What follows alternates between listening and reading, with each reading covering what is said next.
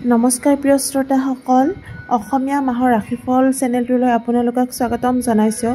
আশা কৰোঁ আপোনালোক ভালে কুশলে আছে। আজি আমি এই ভিডিঅ'টিত মিথুন ৰাশিৰ জাতক জাতিকাসকলৰ অক্টোবৰ মাহটি কেনেদৰে পাৰ হ'ব তাৰ বিষয়ে আলোচনা কৰোঁ আহক। মিথুন ৰাশিৰ জাতক জাতিকাসকলে এই মাহত আপোনালোকৰ পইচাসমূহ ক'ত বিনিয়োগ কৰিলে বেছি আয় হ'ব তাৰ ওপৰত গুৰুত্ব আৰোপ কৰিব। আপোনালোকে আয় বৃদ্ধিৰ বাবে বহু কষ্ট কৰিব। এই মাহটোত আপুনি মৰমৰ অভাৱ অনুভৱ কৰিব, যদিও এই কথা আপুনি কাৰো আগত প্ৰকাশ কিন্তু নকৰিব। টকা পইচাৰ ক্ষেত্ৰত এই মাহটো মধ্যম। এই সময়খিনি আপোনালোকে অলপ খিংখিঙীয়া ভাৱ অনুভৱ কৰিব পাৰে। পঢ়াৰ ক্ষেত্ৰত শুভ, লগতে খেলা ধূলাটো উত্তম দেখিবলৈ পোৱা যায়। ঘৰ পৰিয়ালৰ ক্ষেত্ৰত পৰিৱেশ ভাল দেখা পোৱা নাযায়। ভাতৃৰ লগত এই মাহটো শুভ দেখিবলৈ পোৱা যায়। মাতৃৰ লগত কিন্তু মতবিৰোধ হ'ব পাৰে। অৱশ্যে আপোনালোকে মাতৃৰ স্বাস্থ্যৰ ওপৰত কিন্তু নজৰ ৰাখিব। তেখেত হঠাৎ অসুস্থ হৈ উঠিব পাৰে। আপোনাৰ টোপনিৰ সমস্যাই এই মাহটোত দেখা দিব। সম্পত্তি বিনিয়োগ আদিত যদি লোকচান দেখা পায় তেতিয়া আপুনি অত্যাধিক শংকিত হৈ উঠিব। কিন্তু এই মাহটো আপোনালোকৰ শংকিত হোৱাৰ বিশেষ কোনো কাৰণ নাথাকে, যিহেতু আপোনালোকে এই মাহটোত পইচা বিনিয়োগ অথবা আয়ৰ ওপৰত বেছি গুৰুত্ব দিব। সেয়েহে লোকচান দেখা পালে শংকিত হ'ব। প্ৰেমৰ ক্ষেত্ৰত দুয়োফালৰ পৰা সমানে সহযোগ লাভ কৰিব। আপুনি যিমান মৰম সন্মান আপোনাৰ প্ৰিয়জনক দিব, তেওঁৰ পৰাও আপুনি সমানে লাভ কৰিব।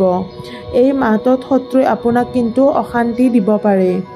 এই মাহটোত আপোনাৰ ঘৰৰ পৰা বিবাহৰ চাপ পৰিব। আপুনি যদি অবিবাহিত তেতিয়াহ'লে আপোনালোকক মা দেউতা অথবা কোনো আত্মীয়ই প্ৰেছাৰ দিব পাৰে, যাতে আপোনালোকে যিমান পাৰে সোনকালে বিবাহ পাশত আবদ্ধ হয়। আপোনাৰ সন্তান যদি আছে তেওঁলোকৰ পৰা উৎসাহ পাব। স্বাস্থ্যৰ ক্ষেত্ৰত মধ্যম। এই মাহটোত আপোনাৰ গাৰ বিষ, পেটৰ বিষ, গেছ আদি হ'ব পাৰে। দাম্পত্যত সুখ সমৃদ্ধি দেখিবলৈ পোৱা গৈছে। জীৱনসংগীয়ে আপোনাক কিন্তু সহায় সহযোগ কৰিব। এই মাহটোত আপুনি সকলোকে বিশ্বাস কৰিবলৈ টান পাব। চাকৰি বিচাৰি থকাসকলে কোনো চাকৰি পাব পাৰে। ব্যৱসায়ত শুভ। আপোনাৰ যদি পিতৃৰ লগত কোনো মতভেদ হৈ আছিল, বহুদিন আগৰ পৰা যদি আপুনি পিতৃক বুজি পোৱা নাছিল, এই সময়ত আপুনি আপোনাৰ পিতৃৰ জীৱন সংগ্ৰামৰ কিছু কথা জানিব পাৰিব আৰু ইয়াৰ পৰা আপুনি বহুত লাভৱানো হ'ব আৰু তেওঁৰ দিয়া কিছুমান পৰামৰ্শ আপুনি গ্ৰহণ কৰিব। আধ্যাত্মিক ক্ষেত্ৰত আপোনালোকে এই মাহটোত আকৰ্ষিত হ'ব। বন্ধুৰ ক্ষেত্ৰত শুভ।